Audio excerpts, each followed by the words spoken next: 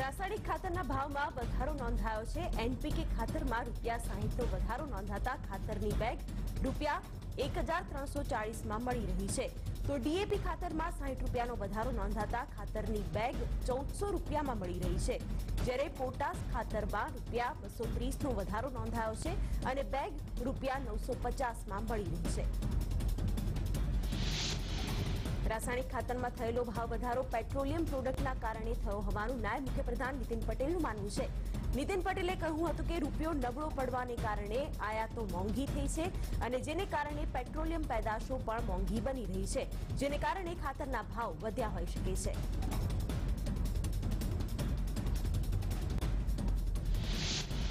ખાતરના ભાવ વધારા મુદ્દે કોંગ્રેસ નેતા મનીષ દોશીએ નિવેદન આપ્યું કે ખેડૂતો મોંઘવારીના મારથી પરેશાન છે। સિંચાઈ અને મોંઘી વીજળી બાદ ખેડૂતોને સરકારે વધુ એક ઝટકો આપ્યો છે। ખેડૂતોની મુશ્કેલીમાં વધારો કરતો આ રાજ્ય સરકારનો નિર્ણય છે। ખાનગી ફર્ટિલાઇઝર કંપનીઓને ફાયદો કરાવવા ભાવ વધારો કરાયો હોવાનો આક્ષેપ પણ મનીષ દોશીએ કર્યો।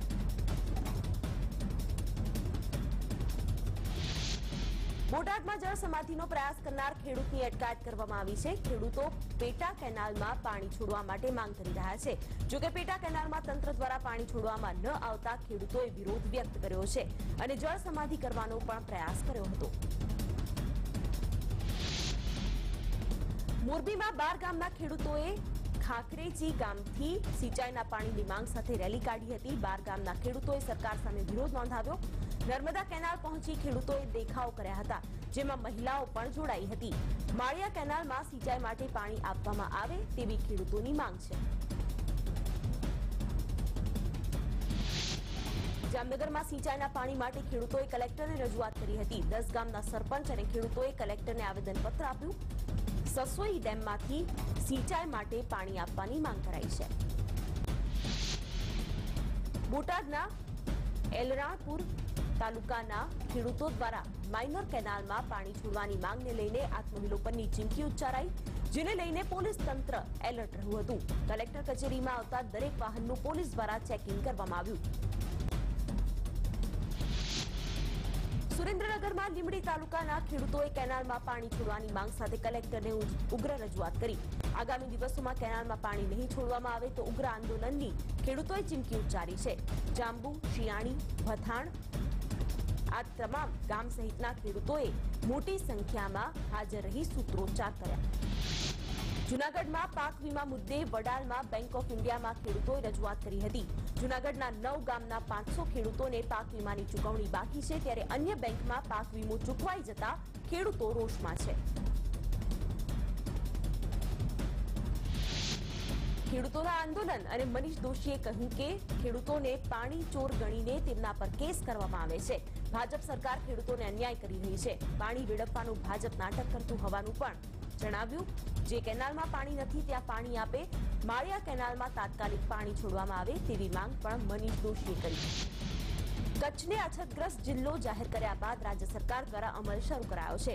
વહીવટી તંત્રના જણાવ્યા પ્રમાણે 10 તાલુકામાં તબક્કાવાર જરૂરિયાત મુજબ કામ કરવામાં આવશે। તો ફરિયાદોની વચ્ચે કલેક્ટરે દાવો કર્યો છે કે જિલ્લામાં પૂરતો ઘાસચારો ઉપલબ્ધ છે। 163 ઘાસના ડેપો શરૂ કરવામાં આવ્યા છે, જેમાં 605 ઘાસની ઘાસડીઓનું વિતરણ કરવામાં આવ્યું છે। તંત્રનો દાવો છે કે જરૂરિયાત મુજબનો ઘાસનો જથ્થો સ્ટોકમાં છે। ફસલ વીમા યોજના સહિત જે કાર્યને મંજૂરી મળે છે તે 1 મહિનામાં પૂર્ણ કરાશે, જ્યારે અછતને પહોંચી વળવા વધારાનો મહેકમ અને ઘાસનો જથ્થો મંગાવવા માટે પ્રક્રિયા ચાલુ છે, જે બાદ ટ્રેન મારફતે જથ્થો કચ્છ પહોંચશે। જરૂર જણાય અને માંગ હશે ત્યાં તબેલા પણ શરૂ કરાશે, તો રોજગારી માટે સર્વે કરી રિપોર્ટ સાથે કામ શરૂ કરવામાં આવશે। પાટણ જિલ્લાને અછતગ્રસ્ત જાહેર કરવાની માંગ ઉગ્ર બની છે। પાંજરાપોળ અને ગૌશાળાના સંચાલકોએ કલેક્ટર સાથે મુલાકાત કરી અને પશુઓ માટે ઘાસચારો ફાળવવા રજૂઆત કરી હતી। આ દરમિયાન પશુઓ માટે ઘાસચારો ફાળવવામાં નહીં આવે તો પશુઓને રસ્તા પર છોડવા સંચાલકોએ ચીમકી ઉચ્ચારી છે। દેવભૂમિ દ્વારકાના કલ્યાણપુર તાલુકાને અછતગ્રસ્ત જાહેર કરવાની માંગ સાથે મોટી સંખ્યામાં ખેડૂતો મામલતદાર ઓફિસે પહોંચ્યા હતા। ખેડૂત હિતરક્ષક સમિતિ દ્વારા ઢોલ વગાડીને વિરોધ દર્શાવવામાં આવ્યો।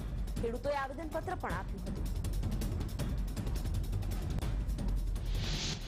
છોટાઉદેપુરમાં સરકારી ગોડાઉનમાં સંગ્રહાયેલો તુવેરનો જથ્થો સડી રહ્યો છે. વર્ષ 2017માં સરકારે ટેકાના ભાવે ખેડૂતો પાસેથી 75 ટન જેટલી તુવેરની ખરીદી કરી હતી. ત્યારે સ્થાનિક ખેડૂતોનો દાવો છે કે જો સરકાર વહેલી તકે તુવેરનો નિકાલ નહીં કરે તો તુવેર સડી જશે અને સરકારને મોટું નુકસાન વેઠવાનો વારો આવી શકે છે. આ તરફ જે ગોડાઉનમાં તુવેરનો સંગ્રહ કરવામાં આવ્યો છે તે ગોડાઉનના સંચાલકોનો દાવો છે કે સમયાંતરે તુવેરનું વેચાણ કરવામાં આવી રહ્યું છે. તેમનો એવો પણ દાવો છે કે હવે માત્ર 1500 બોરી જ તુવેર છે, જેનો ધીમે ધીમે નિકાલ કરવામાં આવી રહ્યો છે.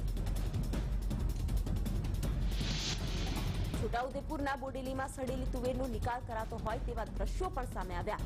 જિલ્લા કલેક્ટર અને નાયબ કલેક્ટરની મુલાકાત બાદ તુવેરના નિકાલની કાર્યવાહી કરાઈ હતી. ગોડાઉનમાંથી તુવેરના ટ્રક ભરીને અન્ય સ્થળે મોકલાયા હતા. છોટાઉદેપુરના બોડેલીના ગોડાઉનમાં તુવેર સડવા પર હવે રાજકારણ પણ શરૂ થયું છે. કોંગ્રેસના રાજ્યસભાના સાંસદ નારણ રાઠવાએ ગોડાઉનની મુલાકાત લીધી હતી અને ભાજપ સરકાર પર પ્રહાર કર્યા. તેમણે તુવેર ખરીદીમાં મોટું કૌભાંડ આચરાયું હોવાનો આક્ષેપ કર્યો.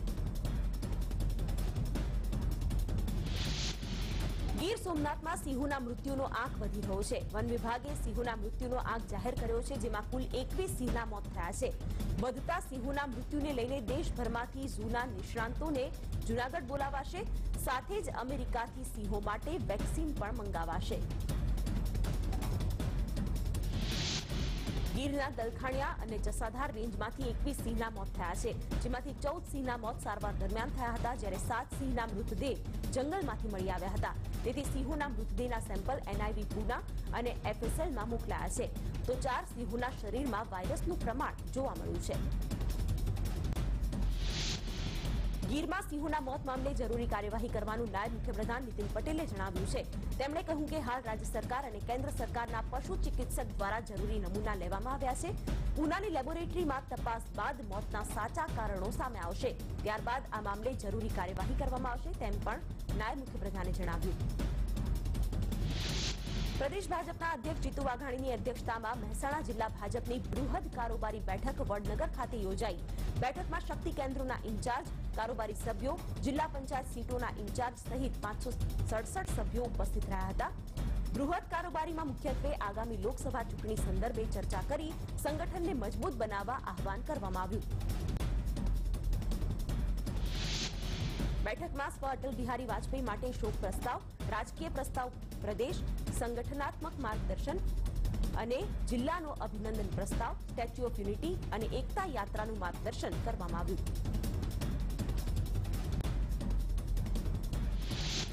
ઊંઝા તાલુકામાં સતત 5 ટર્મ સુધી ધારાસભ્ય પદે રહેલા પૂર્વ MLA નારણ પટેલ સામે તેમના જ પક્ષના કાર્યકરોએ મોરચો માંડ્યો છે. નારણ પટેલના વિરોધી જૂથના લોકો એક મંચ પર એકઠા થઈ નવા સંગઠનની રચના કરતા રાજકીય ભૂકંપ આવ્યો છે. કેશુભાઈ પટેલની આગેવાની હેઠળ સ્વામી વિવેકાનંદ વિચાર મંચ નામના નવા સંગઠનની રચના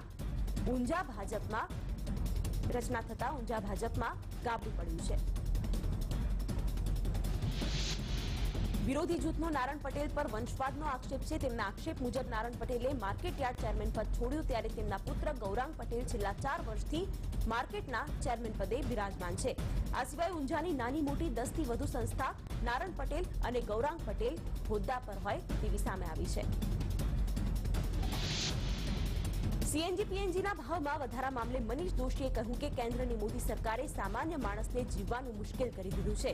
CNG અને PNGના ભાવમાં વધારો કર્યો, સિલિન્ડરના 450માંથી 900 રૂપિયા કરી નાખવામાં આવે, એનાથી મોટી છેતરપિંડી હોઈ ન શકે તેવો આક્ષેપ પણ મનીષ દોશીએ કર્યો. રાજકોટમાં કોંગ્રેસના કોર્પોરેટર નીતિન રામાણીને સસ્પેન્ડ કરવા શહેર કોંગ્રેસ પ્રમુખે પ્રદેશ પ્રમુખ અમિત ચાવડાને પત્ર લખ્યો હતો. તેમણે કોંગ્રેસ પક્ષ વિરુદ્ધની પ્રવૃત્તિ બદલ નીતિન રામાણીને સસ્પેન્ડ કરવાની માંગ કરી હતી.